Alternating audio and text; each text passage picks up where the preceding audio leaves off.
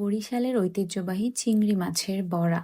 এটা কিন্তু আমার অনেক বেশি পছন্দের। আর যদি তোমরাও এটা পছন্দ করে থাকো তাহলে আজকের ভিডিওটা তোমার জন্য। বড় চিংড়ি মাছের থেকে এই কুচো চিংড়ি দিয়ে এই রেসিপিটা সবচেয়ে বেশি মজা হয়, তাই আমি কুচো চিংড়িটাই নিয়ে নিলাম। আর বড়া তো ডাল ছাড়া একদমই অসম্পূর্ণ, তাই ডালও নিয়ে নিলাম।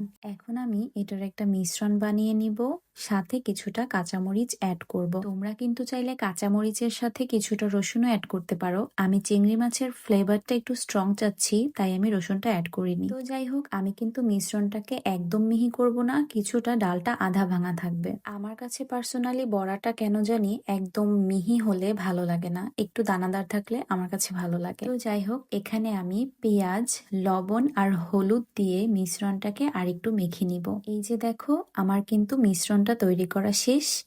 এখন এটাকে ভেজে নেওয়ার পালা। আমি যেহেতু তেল একটু কম খাই, তাই আমি এটা ভাজার জন্য কড়াই কিংবা খোলা নিইনি। আমি ননস্টিকের তাওয়াটা নিয়েছি। আমার মনে হয়েছে এটাতে ভাজলে হয়তো একটু কম তেলে ভাজা যাবে।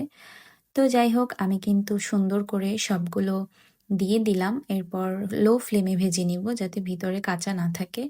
এই যে দেখো, আমার একটা পাশ কিন্তু ভাজা হয়ে গিয়েছে আর খুব সুন্দর একটা কালার আসছে। আর রান্না করার টাইমে আমার রান্নার উপরে এই যে রোদটা পড়ে না, এটা আমার এত বেশি ভালো লাগে যে কি বলবো। এই তো আমি আস্তে আস্তে সবগুলো ভেজে নিলাম। দেখো, অনেক ক্রিস্পি আর মজাদার হয়েছিল। না খেলে বুঝবে না, যারা পছন্দ করো তারা ঝটপট গিয়ে বানিয়ে নাও।